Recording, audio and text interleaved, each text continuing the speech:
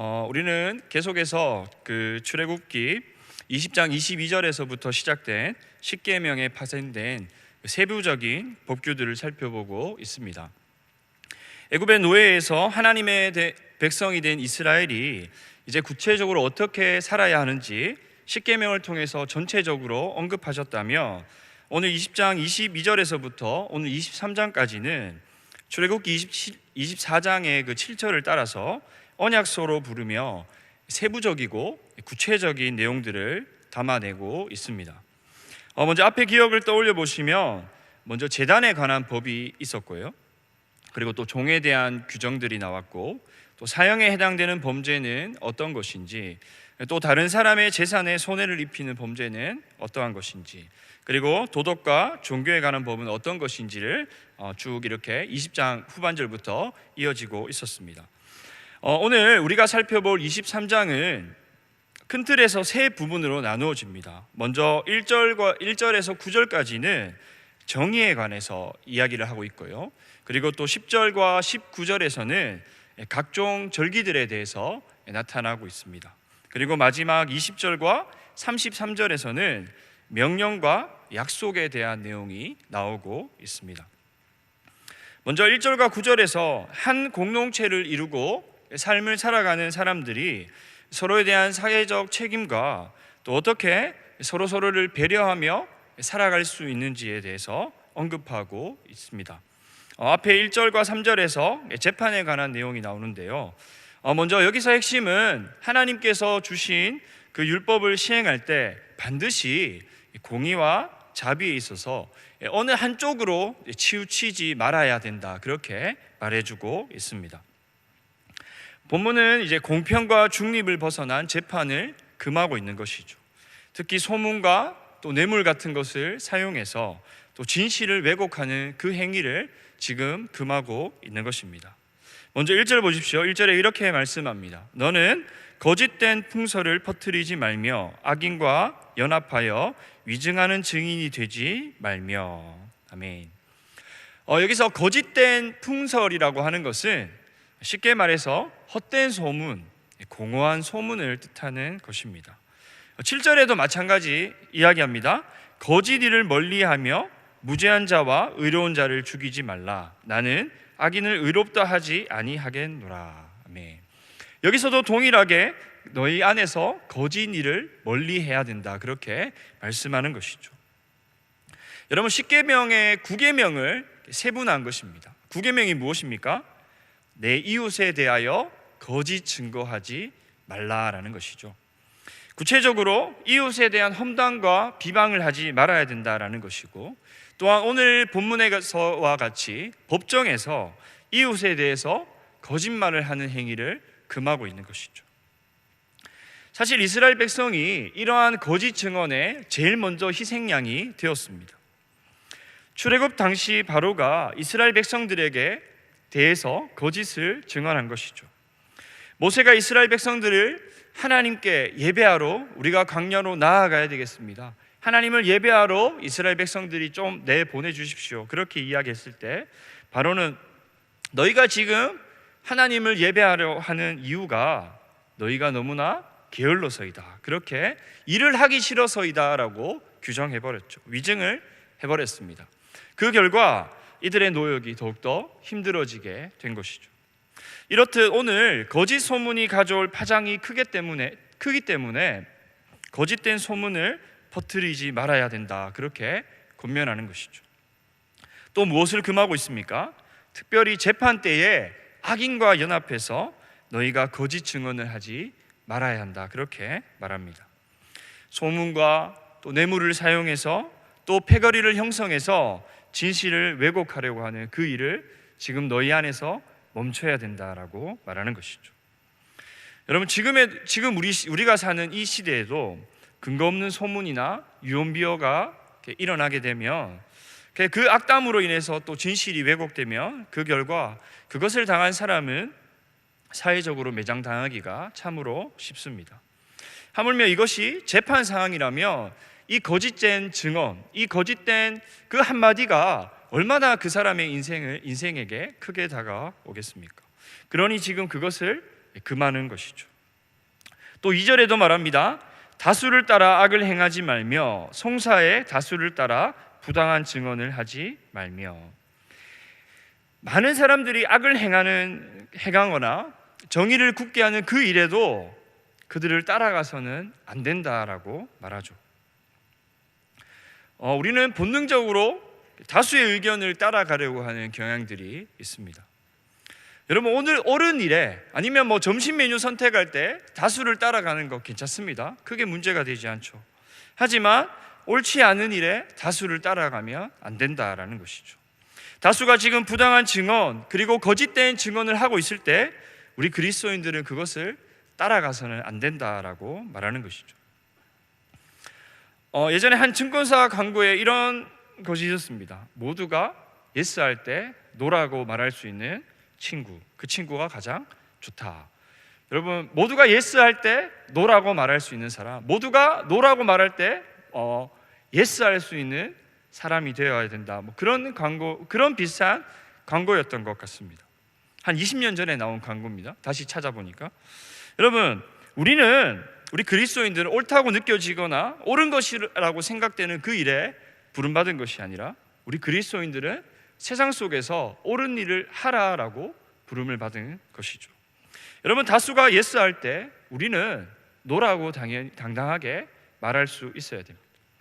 모든 상황에서 그렇게 하라는 것이 아닙니다. 모든 상황에서 딴지 걸면서 삶을 살아가라 그렇게 말하고 싶은 것이 아닙니다. 부당한 일, 거짓 증언이 오늘 옳지 않는 일이라고 여겨지면 비록 힘들고 어렵겠지만 그것이 아니라고 당당하게 말할 수 있어야 된다라는 것이죠. 그것이 바로 하나님의 백성들이 오늘 하나님께서 원하시는 우리의 삶의 방식이다라는 겁니다. 3절 보십시오. 가난한 자의 송사라고 해서 편벽되이 두둔하지 말지니라. 여러분, 우리는 가난하다고 생각되는 그 사람들에게는 조금 더 관대한 것 같습니다. 부자보다는 우리 가난한 사람들에게는 조금 더, 약자라고 생각하는 사람들에게는 오히려 어떻게 보면 관대할 수 있는 것이죠. 똑같은 상황에서 똑같은 행동, 부자가 그 행동을 하며 약자보다는 조금 더 욕을 하죠. 성경은 가난한 자들을 배려해라, 그리고 그들에게 약자에 대한 그 자비를 너희가 잃지 않아야 된다, 그렇게 말합니다. 하지만 오늘 재판에서는 결코 치우치지 않을 것을 명령하고 있는 것이죠. 약자를 배려하고 도와주는 거 참 잘하는 것이다. 하지만 공과 사는 확실하게 구분해야 된다라는 것이죠. 6절에서도 비슷하게 말씀합니다. 너는 가난한 자의 송사라고 정의를 굽게 하지 말며. 아멘. 정의를 왜곡시키면서까지 그들을 배려하거나 또 반대로 가난하다고 해서, 그가 약자라고 해서 그에게 안 좋은 불리한 판결을 하며 그것도 올바른 것이 아니다라는 겁니다. 모든 사람은 법 앞에 평등해야 됨을 강조하고 있는 것이죠. 이제 4절과 5절에서 보시면 원수를 대할 때 어떻게 해야 되는지에 대해서 말합니다. 4절과 5절입니다. 내가 만일 내 원수의 길 잃은 소나 나귀를 보거든 반드시 그 사람에게로 돌릴지며, 내가 만일 너를 미워하는 자의 나귀가 짐을 싣고 엎드려짐을 보거든 그것을 버려두지 말고 그것을 도와 그 짐을 부릴지니라. 네.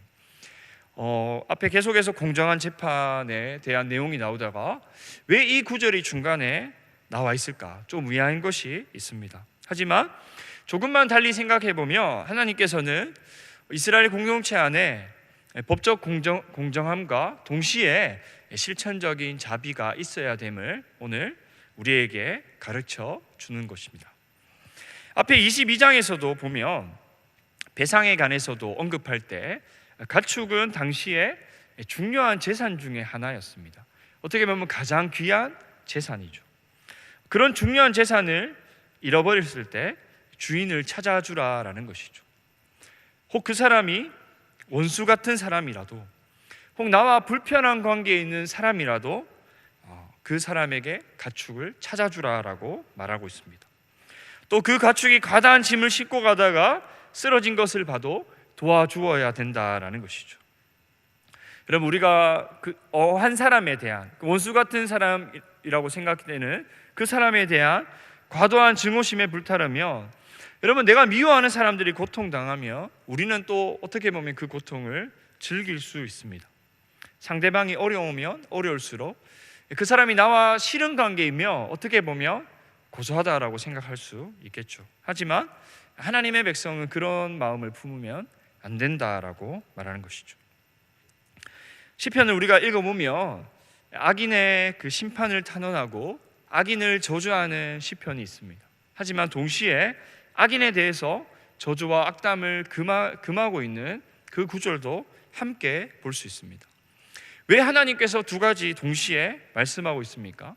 우리는 악에 대해서 하나님의 심판을 부르짖어야 되죠. 하나님, 그 악함에 대해서 우리는 하나님께 부르짖어야 합니다. 동시에 우리는 그 악과 싸우면서 그 상대방을 향한 그 악인에게까지도 자비를 베풀 수 있는 넉넉함이 있어야 되는 것이죠. 여러분, 친구의 가축이 넘어지면 여러분 어떻게 하시겠습니까? 아이고, 지 알아서 하겠지, 이렇게 내버려 두지 않지 않습니까? 어떻게든 도와주고 챙겨주려고 하겠죠. 그렇게 원수에게도 동일하게 공평하게 나아가라라는 것이 오늘 이 말씀이죠. 여러분, 정의는 어떠한 사람에게도 동일하게 이루어져야 되는 것입니다. 저 사람이 나의 원수라고 하더라도, 또 저 사람이 약자라고 생각되더라도 동일한 방식으로 대해야 된다라는 것이죠. 똑같은 상황에서도 다른 잣대를 비추는 것이 아니라 모든 사람 앞에서 우리 그리스도인들은 공평함을 잃지 말아야 되는 것이죠. 그가 가난한 사람이든, 그가 부자이든 간에, 또 그가 원수이든, 그가 또 나의 친한 친구이든 상관없이 모든 부분에서 동일하게 대해야 된다라는 것이죠. 저 사람이 원수이기 때문에 거짓 증언으로 모함하면 안 되고, 또 가난한 사람이기 때문에 관대하면 안 되는 것이죠. 동일하게 공평과 정의를 베풀어야 된다. 그렇게 오늘 말씀하고 있는 것입니다.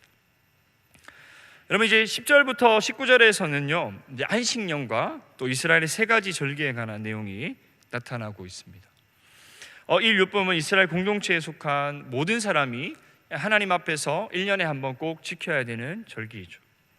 먼저 10절과 13절까지는 안식년과 또 안식일에 관해서 언급해주고 있습니다. 원래 안식년은 감사와 예배에 초점을 두는 것이죠. 노동을 중단하고 쉼 가운데 하나님을 예배하며 하나님께 감사를 돌리는 것, 그것이 바로 안식년과 안식일의 규정입니다. 하지만 여기서 근본적으로 조금 더 중점을 두는 것은 가난한 사람을 위한 배려에 초점을 맞추고 있다라는 사실입니다. 11절 보십시오.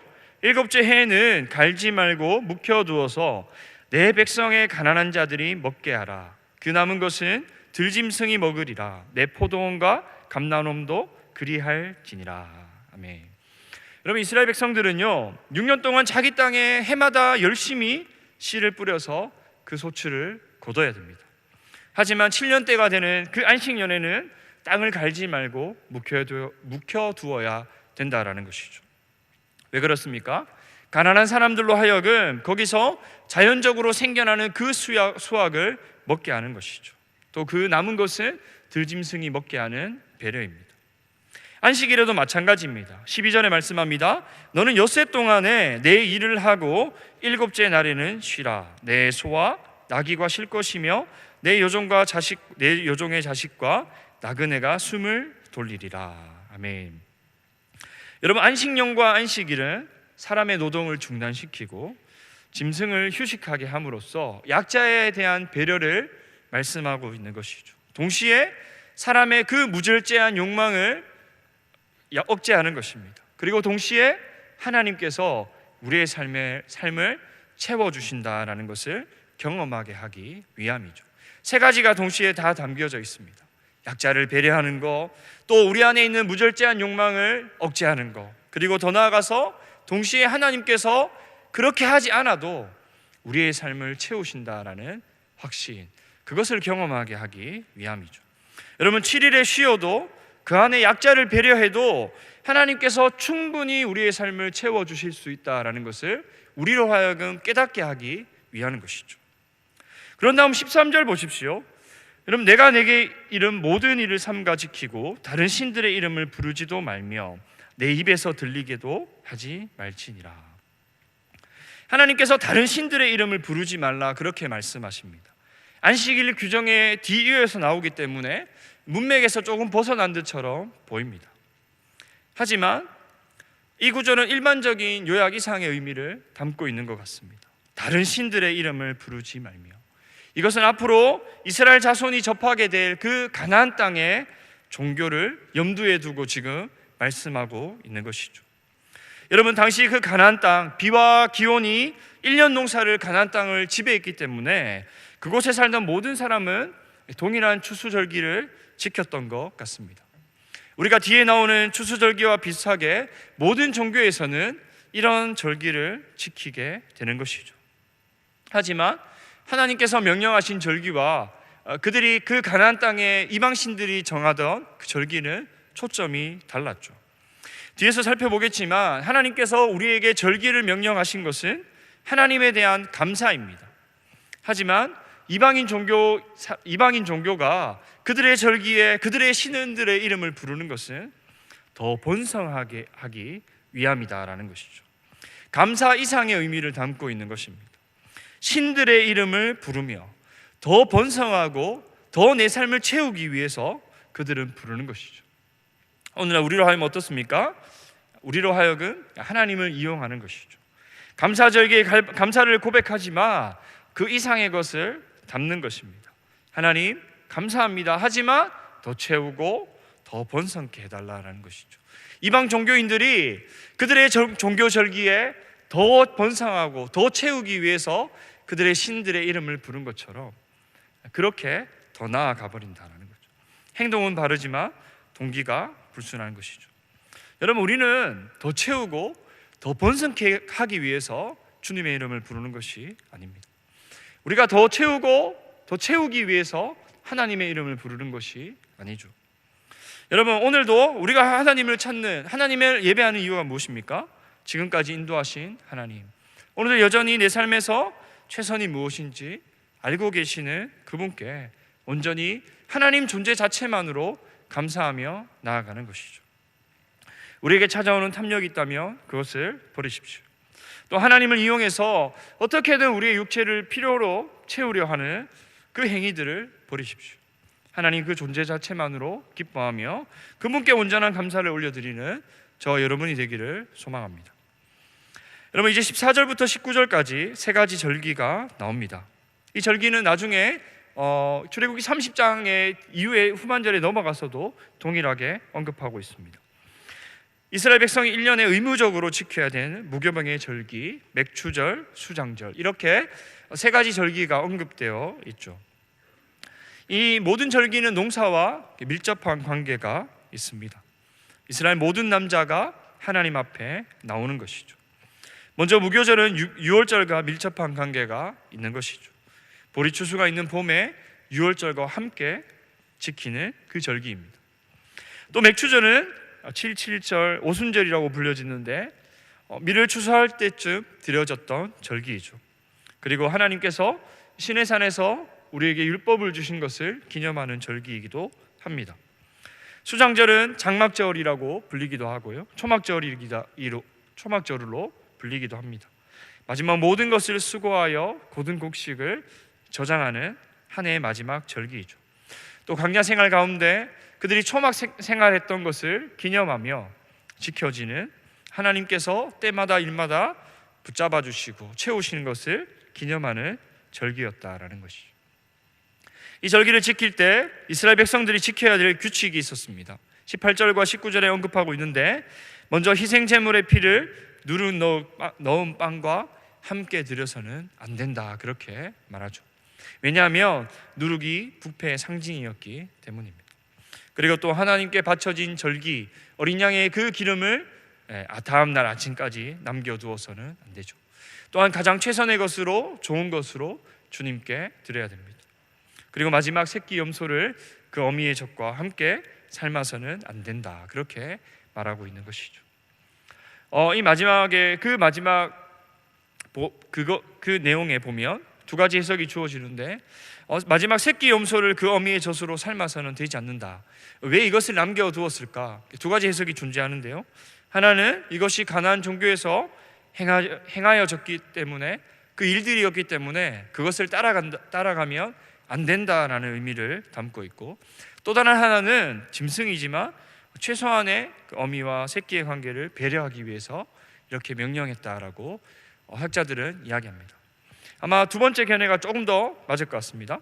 레위기 22장 27절과 28절에 보면 하나님께서 예물을 드릴 때 새끼 염소가 태어나면 7일 정도는 어미와 함께 있다가 예물을 드리라, 그렇게 말합니다. 또 다른 짐승을 잡을 때 어미와 새끼를 같은 날에 잡지 말라, 그렇게도 말씀합니다. 다른 율법서에서도 비슷하게 나타나는 것을 볼 때 하나님께서 짐승이라고 할지라도 오늘 세심하게 다루고 있다라는 것을 우리에게 느낄 수 있게 하는 것이죠. 그렇다면 오늘 이것이 우리에게 말씀하고 있는 것은 무엇입니까? 하나님의 은혜를 기억하는 그 절기를 거룩하게 지키면서 동시에 우리의 삶의 약자에 대한 배려와 관심도 함께 가지라는 의미가 아닐까 생각합니다. 하나님께서도 비인격적인 그 존재에 대해서도 최소한의 그 배려를 하는데, 우리가 인격적인 우리 옆에 있는 사람, 그 한 사람을 배려하지 않을 수 없는 것이죠. 오늘날 우리로 하면 하나님에 대한 그 바른 관계 속에 하나님을 사랑하는 동시에 오늘도 내 옆에 있는 형제 자매들에게 관심을 두고 배려하며 그들을 사랑하며 함께 살아가라, 그렇게 말씀하고 있는 것이죠. 이제 마지막 20절과 33절에 보면 오늘 이 언약서의 마지막 명령입니다. 20장 22절부터 시작된 그 이야기의 마무리 부분이 나타나고 있습니다.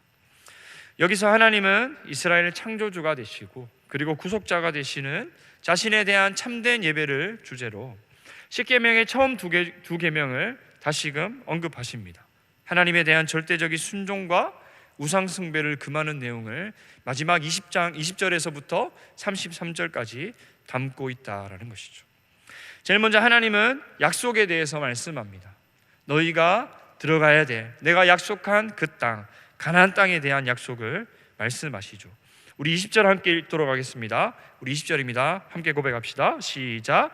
내가 사자를 내 앞서 보내어 길에서 너를 보호하여 너를 내가 예비한 곳에 이르게 하리니. 아멘. 하나님은 자기 백성 이스라엘 앞에 사자를 보내겠다, 그렇게 말씀하시죠. 여기서 사자는 무엇입니까? 누구입니까? 하나님을 대신하는 존재이죠. 천사를 의미하기도 하고요. 하나님은 사자를 보내어서 이스라엘 백성들 앞에 그 광야의 길을 지키시며 그들을 위해서 친히 예비하신 곳으로 인도하여 드리시겠다, 그렇게 약속합니다.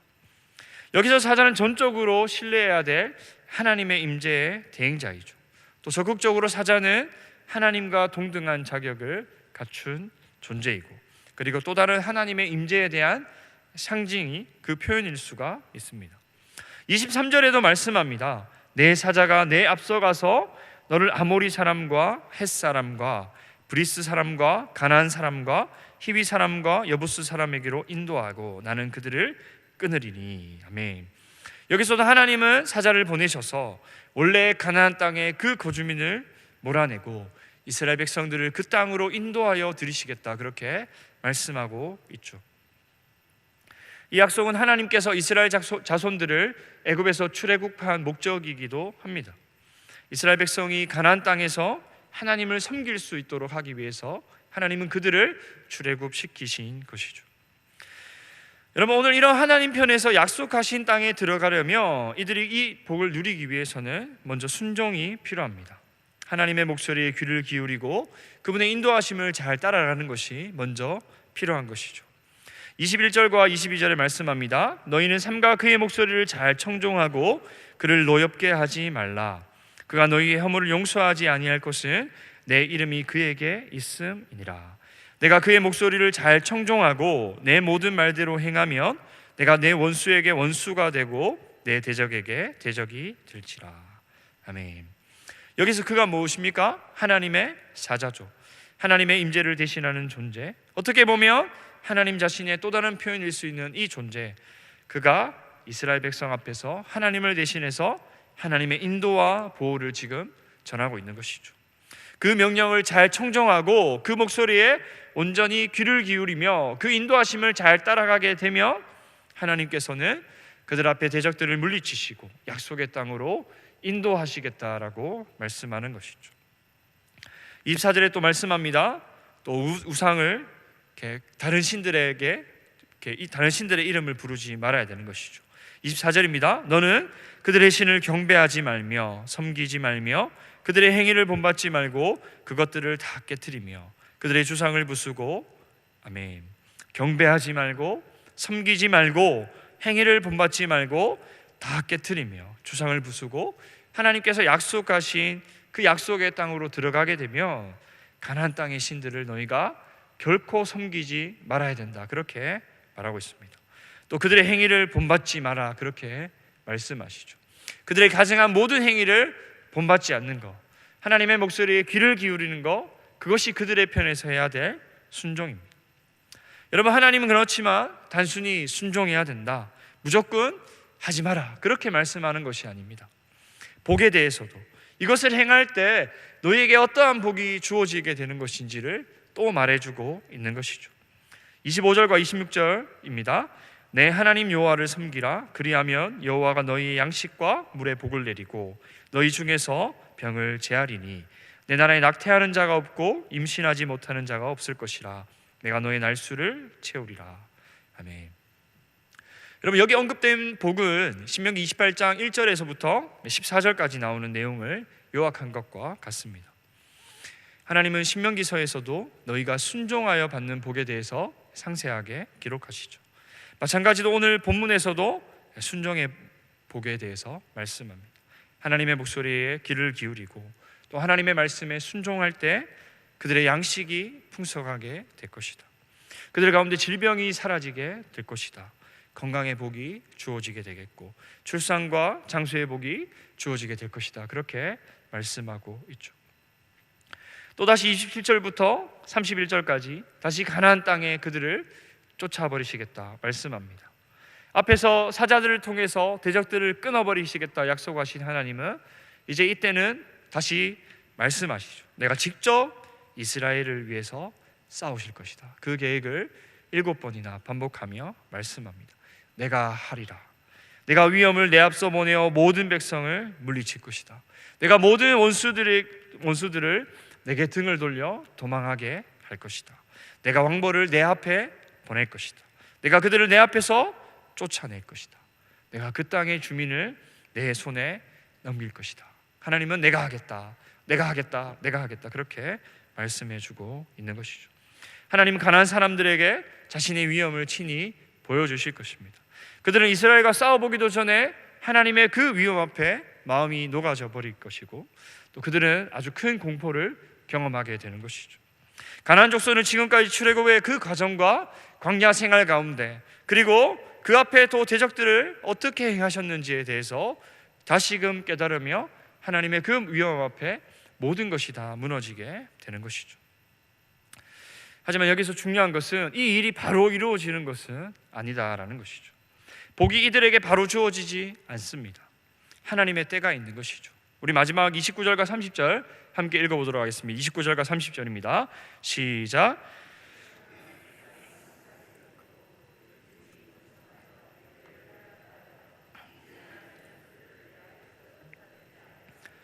내가 번성하여 그 땅을 기업으로 얻을 때까지 내가 그들을 내 앞에서 조금씩 쫓아내리라. 아멘. 내 앞에서 조금씩 쫓아내리라, 그렇게 말씀합니다. 여러분, 사람이 살지 않는 땅이 되면 그 땅이 황폐해지게 되는 것이죠. 그리고 들짐승도 아주 많이 늘어나게 될 것입니다. 그리고 그렇기 때문에 이것이 이스라엘 백성에게 유익이 아니기 때문에 하나님께서는 1년 안에 가나안 원주민을 쫓아내지 않겠다. 그리고 이스라엘 백성들이 번성하여 그 땅을 기업으로 얻을 때까지 내가 조금씩 쫓아내겠다, 그렇게 말씀하시는 것이죠. 여러분, 이 구절을 묵상하다가 다시 한번 하나님의 계획과 우리의 계획은 다르구나라는 것을 깨닫게 되었습니다. 여러분, 우리의 때와 하나님의 때는 다르죠. 우리는 어떠한 상황과 환경 가운데 지금 이 순간이라고 생각하지만 하나님에게서는 아직일 수가 있습니다. 우리는 우리의 삶의 최선이 지금입니다라고 말할 수 있겠지만 하나님에게는 아직 아닐 수 있는 것이죠. 애굽의 고통 속에서 이스라엘 백성들이 하나님께 부르짖었습니다. 지금이 최선입니다. 하나님, 지금 이 고통 가운데 우리의 삶을 이 고통에서 벗어나게 해주십시오. 그렇게 고백했죠. 하지만 하나님의 계획은 무엇이었습니까? 한 사람을 준비하는 것이죠. 당장이 아닙니다. 이스라엘 백성은 당장 그 문제 가운데 해결하기를 원했지만 하나님은 모세라는 한 사람을 준비시키셔서 하나님의 때에 일하신 것이죠. 여러분, 지금도 여전히 해결되지 않는 우리의 문제 가운데, 우리의 상황 가운데, 또 우리의 삶의 여정 가운데, 그 길 가운데 여러분, 우리가 기다려야 되는 것은 우리의 최선이 아니죠. 하나님의 최선입니다. 여러분, 하나님은 우리의 삶에서 신실하신 분이시죠. 또한 우리의 모든 상황을 우리보다 더 잘 세밀하게 간섭하고 계십니다. 하나님은 우리에게 최선이 무엇인지를 알고 계시는 분이시죠. 우리의 지금이 하나님의 지금이 아닐 수 있다라는 것입니다. 여러분, 그렇지, 오늘 우리가 기억해야 되는 것은 무엇입니까? 또 신뢰해야 되는 것이 무엇이죠? 하나님은 우리에게 좋은 것으로 채우기 원하시죠. 그리고 하나님께서는 우리의 삶을 여전히 세밀하게 간섭해 주신다는 것을 우리가 기억해야 되는 것이죠.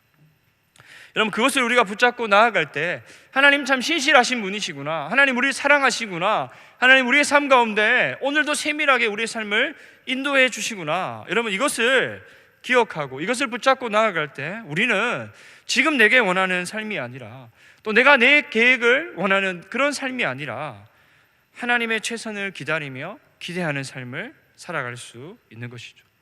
여러분, 이것을 붙잡고 하나님의 때를 신뢰하며 나아가는 저와 여러분의 삶이 되었으면 좋겠습니다. 여러분, 이제 마지막 32절과 33절에 다시 이스라엘 백성들에게 책임에 대해서 말씀합니다. 순종과 복과 모든 것을 이야기했다며 다시 너희에게 책임이 주어지는데 그것이 무엇이냐면 하나님, 가나안 땅의 신들과 언약을 맺으면 안 된다. 하나님을 배반하고 하나님을 배신하는 행위가 아니라 오늘도 하나님의 목소리에 귀를 기울여야 된다라고 말하는 것이죠. 여러분, 가나안 땅의 신들 그리고 가나안 백성들과 함께 사는 건 무엇입니까? 지금까지 인도하신 하나님에 대한 배신이죠. 하나님을 저버리는 그 행위입니다. 그리고 이것은 결론적으로 자신에게 올무가 되는, 자신들을 망하게 하는 결과이기도 하죠. 분명하게 말씀합니다. 그것이 너의 올무가 되리라. 여러분, 하나님은 언약서를 처음 시작하는 그 20장 23절부터 십계명의 처음 두 계명을 말씀하시면서 하나님 한 분만을 온전히 경외하는 것이 언약관계의 기초임을 말씀해 주셨습니다. 그리고 오늘 언약서의 마지막에서도 동일하게 말씀하시죠. 다른 신들을 버리고 오직 하나님만을 섬기고 그의 명령에 순종하라. 이것이 하나님의 그 백성의 언약관계를 맺은 하나님의 백성들이 삶을 살아가야 되는 방식입니다. 말씀을 정리하겠습니다. 여러분, 정의는 어떠한 사람에게도 동일하게 이루어져야 되죠. 그가 약자이든 그가 부자이든 그가 나의 원수라고 하더라도 동일하게 우리는 모든 사람을 공평과 정의로 대해야 됩니다.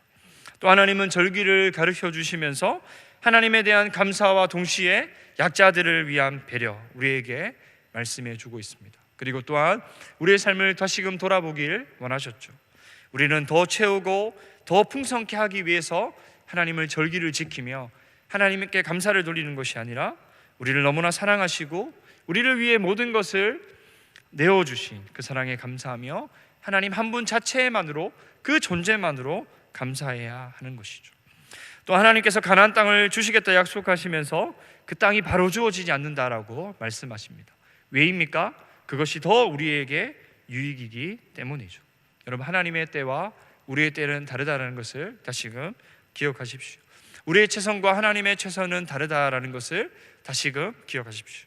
이것을 꼭 기억하며 오늘도 우리 앞에서 주어진 상황과 환경 속에서 우리보다 더 우리의 유익을 알고 계시는 그 하나님 한 분만을 신뢰하며 하나님의 때에 하나님의 일하심을 기대하며 소망하며 그것을 기대하며 소망하며 사랑하는 저와 여러분의 삶이 되기를 주님의 이름으로 간절히 축원합니다.